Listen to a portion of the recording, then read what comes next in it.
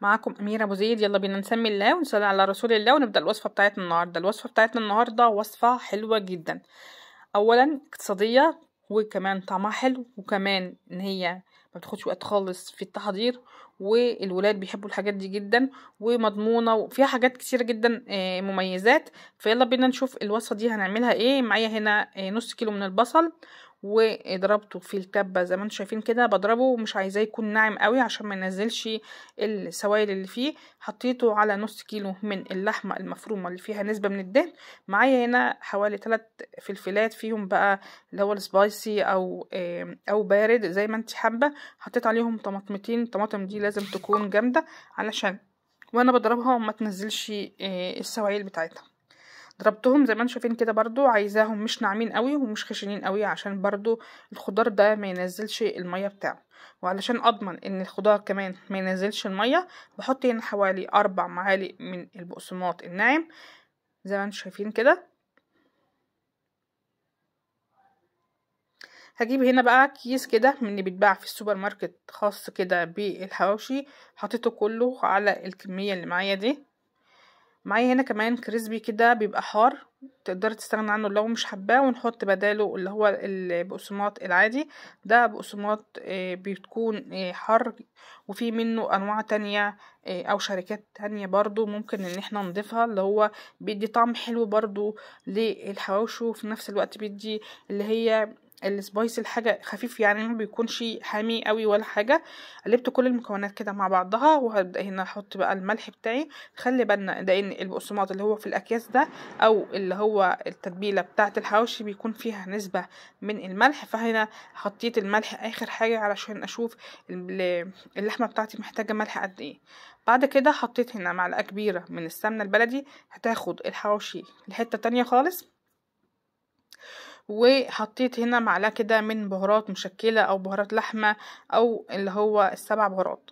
وكمان انا ضفت هنا مع البصل وانا بضربه 3 فصوص من الثوم. يعني انا هنا حطيت الخضار بتاعي عبارة عن 2 حبة طماطم، 3 فلفل، ونص كيلو من البصل، ومعاهم 3 فصوص من الثوم، وكلهم ضربتهم في الكبة زي ما انتوا شفتوا معايا في اول الفيديو. تمام كده.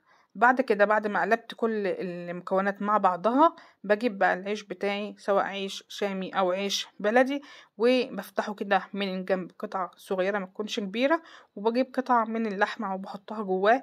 بفضل اوزع اللحمة بتاعتي بالتساوي علشان يستوي معايا كله بنفس السوا وبنفس الوقت. وببدأ هنا زي ما انتم شايفين كده باخد كده وبوزع في كل مكان في العيش، على اساس ان كل قطمة من العيش تكون فيها لحمة. تمام كده. ممكن الخلطة بتاعت اللحمة دي ان احنا نحتفظ بيها في الفريزر، ونبقى نجيب العيش بتاعنا ونحطه فيها، لان انا من الناس اللي مش بحب ان انا احشي العيش وادخله الفريزر واحتفظ بيه وقت ما بحتاجه بطلعه، لان العيش بيطلع بيكون اتشرب من الرطوبة بتاعة الفريزر، وفي نفس الوقت شرب كل السوائل الموجودة في الخلطة بتاعة الحواوشي، فبيكون دايب معايا وبيتكسر. انا بفضل ان انا مثلا لو هعمل حواوشي ممكن اعمل الخلطة بتاعة الحواوشي اللحمة وبحتفظ بيها في الفريزر، واطلع اللحمة مثلا ممكن اعملها قراص كده واطلعها واحطها في العيش. بجيب هنا طاسة على النار، بحط فيها شوية من الزيت، وبخلي الزيت بتاعي يسخن كويس جدا. بعد كده بنزل عليه العيش او الحواوشي كده، بحطها في الطاسة وبفضل اضغط عليها شوية، وبكون مخليه النار بتاعتي متوسطة علشان اللحمة بتاعتي تستوي معايا. ببدأ هنا اقلبها على كل جنب لحد ما تاخد اللون الحلو اللي انتوا شايفينه ده، وبعد كده بكون خلاص اتأكدت ان اللحمة استوت واللون تحفة، وكمان هو مقرمش من بره وطري وجوسي من جوه. تعالوا بينا بقى نشوف كده. بسم الله. شايفين ما شاء الله اللهم بارك، تحفة يا جماعة. اللحمة مستوية طبعا، شايفين.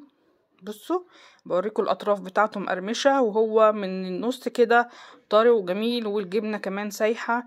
ما شاء الله اللهم بارك. اكله وصفه سهله واكله جميله، وقدمتها هنا مع طحينه ومخلل وشوية من البطاطس طبعا عشان تكون الأكلة متكاملة. الولاد بيحبوا كل الحاجات اللي بتكون من بره، بنقدر ان احنا نعملها في البيت بأكل صحي ونضيف ومضمون. بصوا بقى، يعني الأكلة دي بجد من الأكلات الصيفية السهلة اللي ما بتوقفناش كتير في المطبخ.